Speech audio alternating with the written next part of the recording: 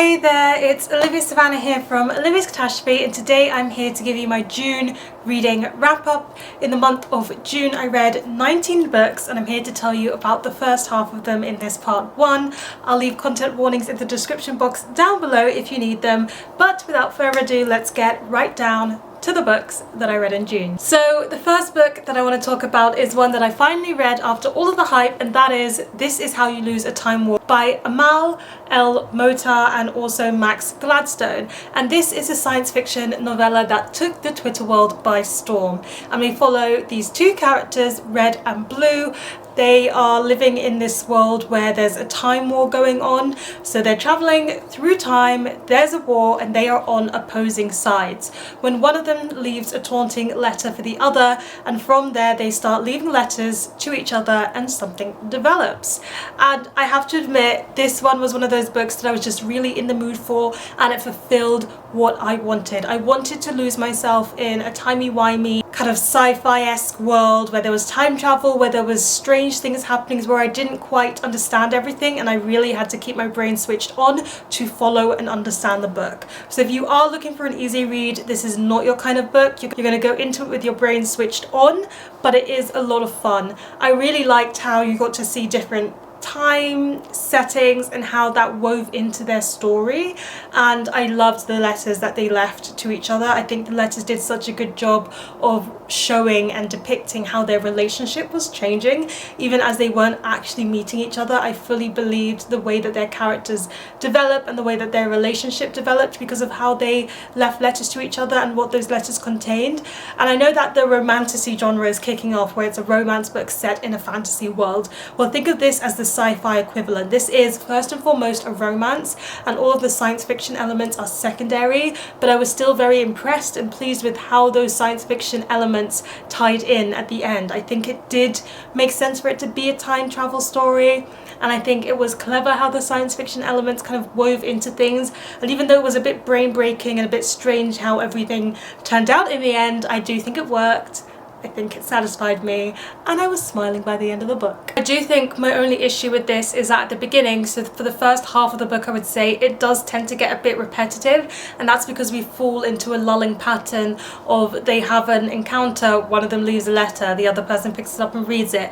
Next time travel encounter, someone leaves a letter, reads it, and that rinses and repeats for quite a while. And while it was interesting to kind of gradually learn a bit more about what they both are as entities and the sides of the war, the time travel, I do think most of that kicked off past the halfway mark, which was fine because in some ways we needed time for our brains to adjust to what we were reading, time for our brains to kind of understand the sci-fi world and setup that they've got going. So it was nice to have that bit where you can get used to things with that pattern, but after a while I understood things and the pattern was continuing, so I was happy when it changed. But you do have to be a little bit patient with this book. So I had a good time. I can see how it's not for everyone, but it was definitely something that I tended to enjoy reading about. Okay, I only had one 5-star read this month, one new favourite out of 19, and that goes hands down to Jujutsu Kaisen Volume 1 by Gege Akutami. And I'll leave a link to the vlog down below where I read this book and I share my thoughts as I was reading it, but this was so much fun. And I've started the anime and I cannot wait to read Volume 2 whenever I can get my hands on it.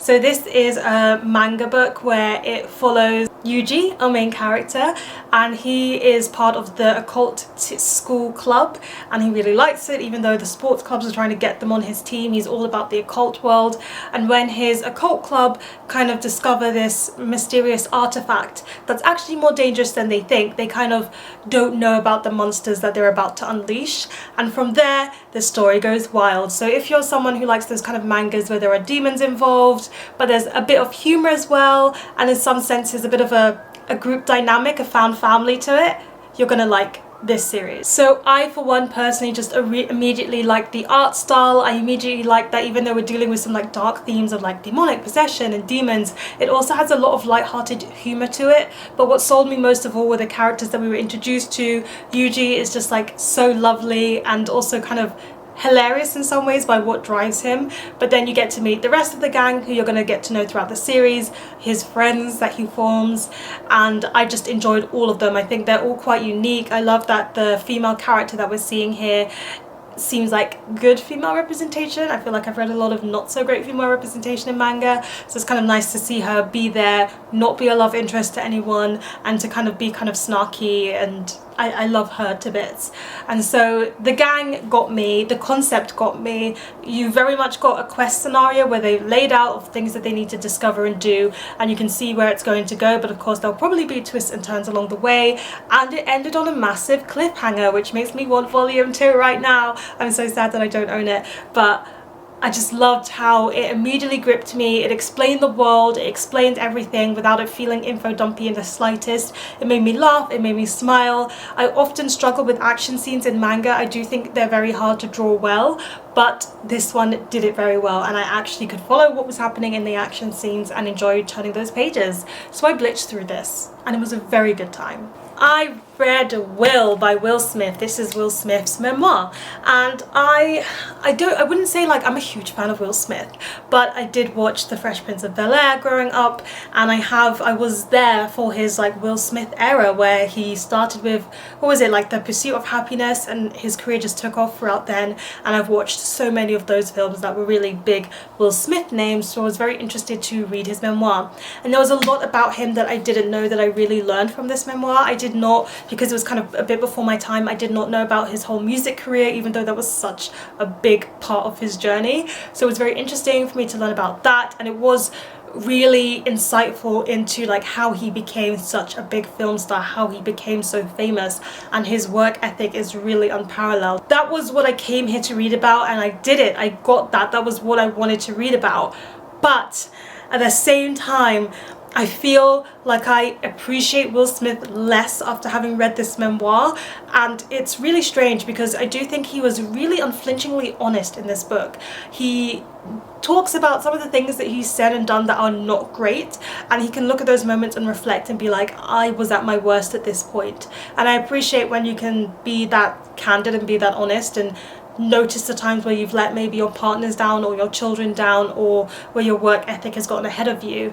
And I find it very interesting because Will Smith has done a lot of therapy, which you get to kind of discover as you read this, and seeing those therapy sessions and what it led to and the outcomes really shine a lot of insight into the person behind Will Smith. That said, I still came away from this thinking me and Will Smith have very, very different values, and Will just cannot see the red flags for the life of him. And when I say red flags, I don't mean other people's behavior, I mean his own. And so just the way that he treated his family and the way that he treated a lot of the women in his life, for me personally, it was really difficult to read. I'm not saying that Will Smith is problematic in that way, I'm just saying that the discrete values that I think he has at his core are not ones that align with mine. And so I was like, if me and Will Smith met in a very candid way where he wasn't a celebrity and we were on a like even playing field, again, I just don't think we'd be friends. I don't think we'd end out friends from the end of it. So it was interesting to read this because it didn't paint a bad picture of Will Smith in my mind. I just know that he's not a person for me, but I still appreciated getting to learn more about him and getting to learn more about his journey. I do think this was written okay. Will Smith is not a natural writer or anything, it's more so just recounting his story. He cracks some jokes, some of the jokes were funny, some of the jokes were not funny in my opinion, but that again, comedy is personal taste. So reading this, it was good, it was interesting, but for me it was just a middle of the road read. I learned what I wanted to learn, but it wasn't the best reading experience, and the outcome that I feel after having read the celeb memoir is really strange. And I think it's how people often feel when they talk about the celeb memoir genre. Often I read memoirs and I've realised how few of them have actually been celeb ones, and the comparison point for me is Becoming by Michelle Obama, and it doesn't touch that. It doesn't touch it at all. So I've been in the mood for young adult fantasy, which is really strange because young adult fantasy is not really my genre anymore, but I read a whole load of it this month. So I read Bitterthorn by Kat Dunn, and this is the proof. This is what the finished copy looks like. And Bitterthorn is Sleeping Beauty meets Beauty and the Beast retelling. That's the best way that I can describe it. And it's a young adult fantasy about this witch who comes to a town every few years, and she takes a man, and that man is never seen again. But this time young lady is really unsatisfied with her life, so she volunteers herself as tribute to be taken by the witch, and it's about what happens when she goes to where the witch takes her away to. And it was nice. It was a really good time. I read this really quickly. I appreciated it because even though like it feels like, I have to say it, a tale as old as time. I've read so many young adult fantasy books that tell this story in almost the exact same way. What makes this one unique is that it's sapphic, okay? It's sapphic, and I appreciate that we don't always get these same stories but told in a sapphic way, so that makes it new and fresh in some ways to some readers.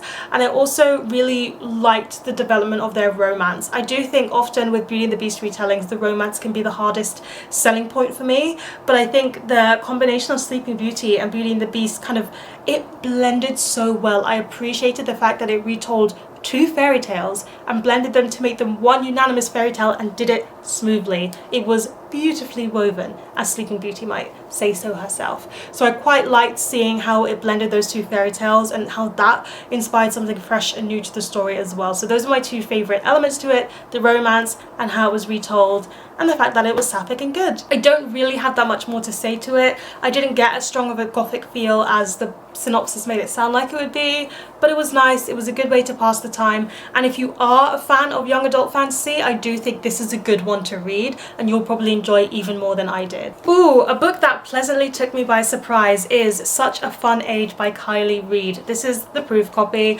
but this is what the finished cover looks like, and I devoured this book. Everything that I wanted from Luster by Raven Leilani but did not get, this book delivered. It delivered. So we follow Amira, who is a young girl, or a young lady I should say. She's in her 20s, she's black, and she is a full-time babysitter, or a part-time babysitter I should say, and babysitting is a job she feels really passionate about because she's really worried about the child that she babysits for. She thinks that she often gets overlooked. So she's babysitting for this child who is white, from a white family, and she takes the child to the shops with her, and she's accused of kidnapping this child because she's black and the child is white. So that's the premise of this story, and that does happen, and that is really important. But I think this one is a big discussion on microaggressions in a very real way, in the microaggressions that are so subtle that if you don't notice them, you might not even call them microaggressions. Often when microaggressions happen, you stop and you pause and you say, wow, that's racist. You acknowledge that, but it's not something like physically hurting you or arresting you or anything like that. But these microaggressions are so minuscule, but they're so consistent that it is really troublesome. And there's two characters in this that I find really interesting, one of which is Amira's boyfriend and one of which is Amira's boss. And the way that they are both represented just shows how problematic both of them really are, but in the most subtle ways that you keep questioning yourself and gaslighting yourself as to whether they are truly as much trouble as you think that they are. What I also really liked about this book is Amira as a main character. I think I've mentioned it before how much I love books where they're centered around main characters who feel like they would be the secondary character. Amira just wants to get through life. She doesn't have big ambitions. She just wants to be making enough money to live happily and comfortably. She's not aiming to be sky high happy all the time. She's not got big ambitions. She just wants to exist at peace, and everybody's disturbing her peace. So seeing her as like someone who is quite passive, but still I just wanted to shelter and protect and see succeed in what she wanted to do, whatever that was, even if it was low ambitions, that was really nice. I really liked having a character that just felt so real, that felt so normal, that felt so everyday, and yet you could still care about her and you could still want the best for her. And as well as that, I really liked Amira's friendship group. She has some really good black friends who rally around her in this book, and I don't think I get tired of saying how much I appreciate getting to see black friendships at the center of these stories. I think it's so important, and I really liked it in this book too. I don't think that my review is doing a good job of just showing how many things that this touches on, such as exoticism, such as fetishization, such as like assumptions that you make when you see a black person, whether by by being kind of a fake ally, like a savior kind of ally, where you want to help them but you don't realize that you're only helping yourself rather than helping the person that you say you're trying to help. All of those things are thrown into it. And also the scenario that this one sets up kind of cracked me up. I was like, what are the odds? But it's also quite dramatic, and I really like that. The ending to me was incredibly satisfying. It was satisfying in the ways in which that I don't know, I don't think it's where you think the story's going to end. I don't think it's the conclusion that you naturally reach to, but once you get there you're like, of course it has to end this way, and it's almost painful to see it end that way, but it's also inevitable in some ways. Really good. This is it. Okay, so I also read I Want to Die But I Want to Eat Tteokbokki, and I don't know if I'll have my vlog up where I eat tteokbokki and read this book by the time that this wrap up goes up, but if I do, it's linked down below, and if I don't, it's coming. And this is a non-fiction book that's kind of a collection of interviews between the author of this book and her psychiatrist about feeling depressed. She feels like sometimes she wants to die, but she wants to eat tteokbokki, and basically she records herself during these sessions, and it's verbatim what happens. And at the end of those sessions she often has a bit of a reflective piece where she kind of thinks about what she's learned and what she's taken away from it, and in her next section she kind of recaps what's happened since then. And I was really excited about this because I love books with food in the title, but I was so disappointed by the fact that tteokbokki is only mentioned twice, and it's not throughout the duration of the book. It's mentioned one line at the end of the prologue and one line in a kind of epilogue thing that's written by the psychiatrists themselves. So the tteokbokki kind of has nothing to do with this book, which was really disappointing to me, as the title was something that drew me in. But as for the actual content, I found it was interesting in some ways, but mostly just okay. I like the fact that it talked about depression on a everyday sense and level. There's often depictions of depression where someone is very depressed or intensely depressed, so there are symptoms that you can really pick up on, but the way that this depression is, which is, it was translated into being like slightly depressed as the kind of casual way of the diagnosis, of saying the diagnosis, is where her depression can be easily overlooked but is still very present and is still a medical condition. And in some ways it felt very relatable, but you could also see how she would take feelings that felt quite normal and relatable but drive them into extremes or come to extreme conclusions because of them. I don't think her psychiatrist was a good psychiatrist, because the advice that they gave her didn't seem very concrete. And in the beginning I loved that the psychiatrist was diagnosing things and just being like, it could be this, or this is a conclusion of this, but then she just kept throwing out loads and loads of diagnoses without giving solid advice, and it didn't seem safe. At some point she upped the dosage of the person's medicine and did not tell the person that she was changing their medicational level, and then the person faced side effects and she was like, oh, I'm so sorry, I should have told you. That's not okay. So I actually think the psychiatrist was not great, and mostly I just felt okay about this. It didn't reach like a conclusion, so although the person stopped seeing their psychiatrist, I don't think there was like a journey that was made or an improvement was really made on her life from these sessions, which that's just my personal opinion. Maybe she would feel differently, but I was a bit like, what, this is the ending? I don't feel like it reached a solid ending. I didn't like the psychiatrist, and there was no tteokbokki, so I was quite disappointed in this one actually. Oh, we have another disappointment, and I'm so sad because I was so excited for this book, and that is Betty by Tiffany McDaniel. So this is the second book by the author of The Summer That Melted Everything, which is one of my favorite books of all time. I love that book so much, and this is her next historical fiction book. It's chunky, it's a big one, and it's based loosely on the life of her family. So you get to meet her mother and her father. Her father is indigenous and her mother is white, and they start a family, and it really just kind of follows their journey of like the family beginning, her being born, and then like what it's like living with her siblings in a place where they're not always welcoming of indigenous people. And Betty herself, who is the main character in this, is someone who is born looking indigenous, so you can definitely tell that she's darker skinned from her siblings, but her different siblings look differently from her. And so it's about the treatment that she receives, but also that her sisters receive, her brothers receive, and how they go through life. That's essentially what this book is. And even though lots of very intense things happen, please check your content warnings for this one. There's a lot of really intense subject matter which comes from the racism but also the sexism in the time. I do feel like it was just following their life and what was happening in their lives, and as much as I do like a good literary fiction book or a historical fiction book, I do think there needs to be more plot than that, or there needs to be more of a core theme that ties everything together really strongly than there was in this book. Otherwise I'm just reading about these people's lives, and that's lovely, but this is not a non-fiction, and I just need more to tie it all together rather than this is just a life story, and that's what I got from this book. So the writing was fine. I was surprised by how our main character Betty mostly stays a child throughout all of this. I thought our main character was going to show more character development, and she doesn't, because she stays quite young, from a young child of like 5 to a teenager of like 17, which is still quite a significant period of time, but I don't think her character changes or develops all that much throughout that time.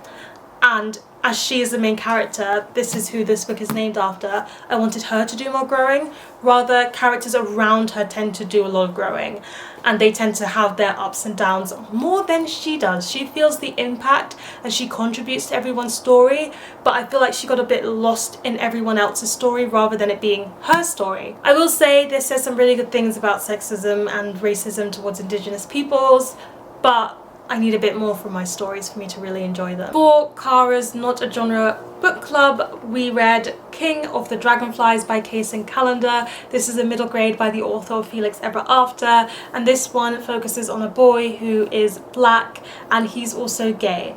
And there's a friend who is gay who has recently come out, and lots is going on in his friend's life. There's also a lot going on in his own life because his brother has passed away and he's kind of grieving for his older brother, and his whole family is collectively grieving when he has to start learning to speak up and learn how to live without his brother there to do some of the speaking for him. And I thought this was a really good book. I feel like it was very beautifully and emotionally written. Kacen Callender does such a good job of writing a child that feels realistic and that makes really tough decisions. There's a lot of tough topics that need to be handled here, not only grief but also what it means to come out as gay for someone who is black, so you've got that intersectionality layer. But this is actually very neatly mirrored by the fact that his friend comes out who is white, and both of the people around them have very different reactions to their coming out story. So you get to see coming out that's a bit more positive than the other. I'm not going to say that one is like all roses and daisies and flowers and easy, but you get to see how coming out and being gay is very different for someone who is black and for someone who isn't. But it's not just the racial difference, it's also a difference of how accepting your parents are, how accepting your friends are, the environment that you grew up in. All of that contributes. And I think what this book also did a very good job of is showing how the adults in this book are learning to grow and learning to listen as well. I appreciated the fact that the adults made mistakes, that the adults didn't get things right, and I would say that the big theme of this book is listening and learning to listen and truly understand when someone is talking to you, that you need to process what they're saying and act on it. And it's not just the children and the friends who need to learn this, the adults learn it too. The metaphor around the fireflies and grief was lovely, and I just think it was a beautiful book. It ended in the perfect place. It shows you how endings can be bittersweet. Not everything's going to wrap up with a happy bow, but at the same time it felt encouraging and motivating, and there were some really nice depictions of friendship in this too. So it was a really good middle grade book. It didn't take me long to read it all, and I would really recommend it. We are back with more young adults, so I read Ibiza Pray by Ayana Gray. This was a really popular young adult fantasy book. I would say it errs more on the younger spectrum for young adult fantasy, so I would say between like 12 to 16, that kind of young adult fantasy.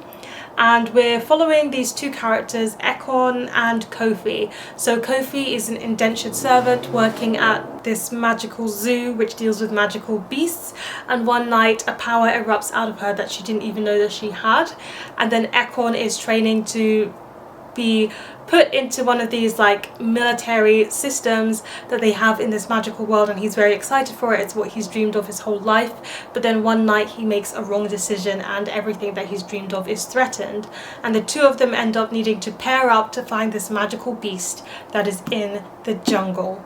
And it's a greater jungle that no one goes into because it's very, very dangerous. So that's what this book is all about, and it's kind of based on like black mythologies, and it was decent. Again, young adult fantasy isn't my thing, but I'm kind of addicted to reading it at the moment, so I keep on picking them up even though I don't love them. But I would say again, if you are a young adult fantasy reader, you're going to enjoy this much more than I did, because it's actually one of the ones that felt very unique to me.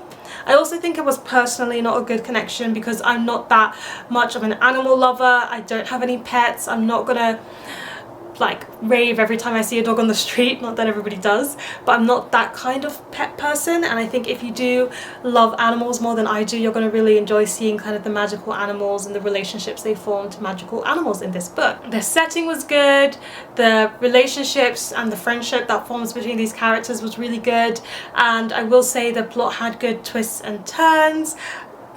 It was good. There was nothing overly wrong with it, but there was nothing that wowed me either. I hate to repeat myself, but I do feel like this is a story I've read before. But the unique twist to this is that it's got black mythologies behind it. So it's unique in its own way, but I've just read so many young adult fantasy books like this, and I just need more. I need something more to make it stand out amongst all the rest of them for me. Right, let's get into it. There was only one book that I actively disliked this month, and this was Everything's Fine by Cecila Rabess. I should have known better. So this is a book about a girl and a guy. The girl is black, the guy is white. The girl is liberal, the guy is conservative, but they have chemistry. So they fall into a romantic relationship, and it's about whether or not realistically a relationship can exist between a white conservative man and a black liberal lady. And let me tell you, I could not stand this book. It made me so angry. In the beginning, it was actually quite readable. I was easily turning the pages. There's something addictive to it, which is what you want in a literary romance book. But okay, here's the plot twist. I bet you're all gonna think that I'm gonna hate the white conservative character more than the black liberal one, but that was not the case. Jess annoyed me so much. She angered me, and I think that's because she was so hypocritical. Everything she did, everything she said was hypocritical. She would say I want one thing and then she would do the complete opposite. She would say I can't stand this and then she would do the complete opposite. How can you be claiming that you're liberal, that you have these strong views, and then be dating a white conservative guy who might or might not wear a Make America Great Again hat? Like you just cannot be. You cannot be condemning people for voting conservative and then be existing and sharing the space with someone like that. It doesn't make any sense to me. But not only that, in many, many more ways that she was really hypocritical in terms of her career path, in terms of how she managed her finances. It just really bothered me the way that she treated other people and the way that she said these grandiose statements and didn't believe a lick or cent of it. And I don't know if the author was trying to make commentary on how liberals are, but for me, I couldn't stand that. I just couldn't stand it at all. Jess was horrible. Josh, on the other hand, in the beginning, I was quite warming up to him. Not the very beginning, I would say, but later on, when you get to know him a bit more, I was like, maybe he's not so bad. But then later on, I was like, actually, I hate him too. He does something where he kind of does what Jess does. They're doing the exact same thing. They're saying things, but they're not enacting things. Just says he's not racist. Just says that he's not sexist. Just says this, he says that. And then his actions fulfill and softly perpetuate sexism in the office, racism ideals, and he does it in a very subtle way. So he's saying things, but you could overlook the fact that he is also perpetuating stuff. These characters do not know how to communicate whatsoever, and I think that's how they can be together in a relationship, the lack of communication. And often miscommunication tropes, they don't get under my skin, they don't bother me, but this was taking it to a whole nother level. Do they even know each other? Because they don't talk to each other, and I just wanted to punch them both in the face, because you cannot be being triggered by certain moments. You cannot be feeling such strong opinions and then just be like, actually everything's fine, let's not talk about it. I don't think that's realistic or grounds for making a real relationship.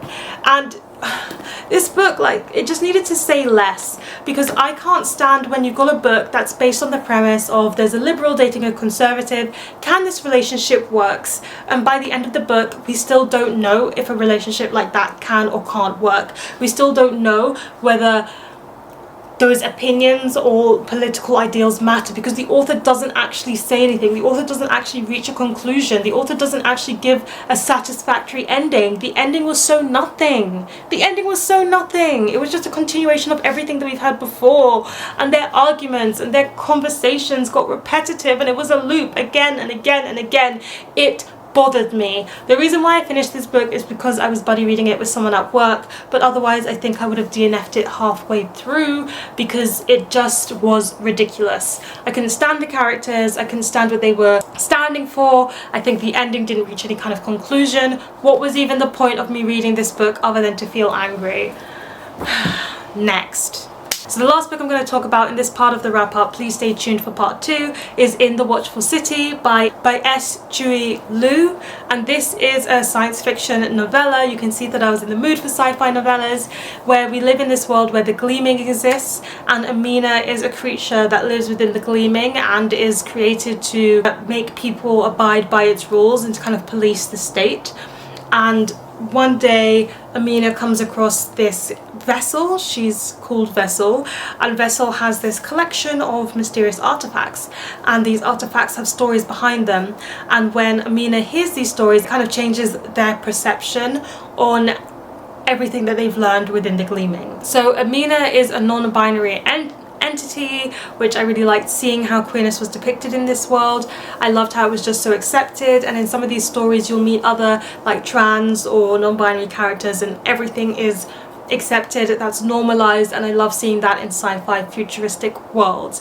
And I really liked how often it's left to fantasy that retellings and stories help grow the narrative, but I like seeing how even in science fiction you can use stories to help characters change their perceptions and change their minds. And I have to say those stories were probably my favorite thing about the novella, because they were all quite unique and futuristic, and they still kind of connected to the world and the themes in which we know things, such as either friendship and competition or grief. They were kind of circling around those kind of themes that are relatable to our everyday lives but fit within this futuristic sci-fi world. What I will say is that I just wanted a bit more from everything else. Even though Amina was a very interesting entity and Amina does develop over the course of the story, I feel like we did not get enough of who they were as an entity for me to really sink my teeth into it. And I feel like we also did not get a good enough understanding of the gleaming and how the sci-fi world worked for me to kind of be as satisfied by the ending as I wanted to be. Even though I liked the conclusion that the ending reached, I feel like it would have dug deeper into my skin and into my heart if I knew more about the world and I knew more about Amina. Something else that I really liked about this was actually the way that it switched up the game in terms of format. So most of this is told in prose, but whenever Amina is talking about their backstory, it switches into a poetic novel in versey kind of style, and I love when you play with narrative and words on the page like that, and so having that distinctive style was an addition to me and kind of added another layer to the story. So overall I thought this was fine. It wasn't a new favourite for me, and it wasn't something that I had a lot of issues with. I'm actually very much interested in reading more sci-fi novellas. I've done so before. I was in the mood to do so this month, and hopefully will continue to do so in the future. So there you have it. Those are the first lot of books that I read this month. Stay tuned for part 2, hopefully coming soon. Let me know in the comment section down below what was the last book you read and what did you think of it. Please give this video a thumbs up if you enjoyed it. Hit the subscribe button if you want to see more, and don't forget to hit that notification bell to be updated every time I have a new video. And you know what they say, onwards and upwards. Excelsior. Her psychiatrist, or no, her psychological, oh my gosh, just look it up, just look. Psychiatrist.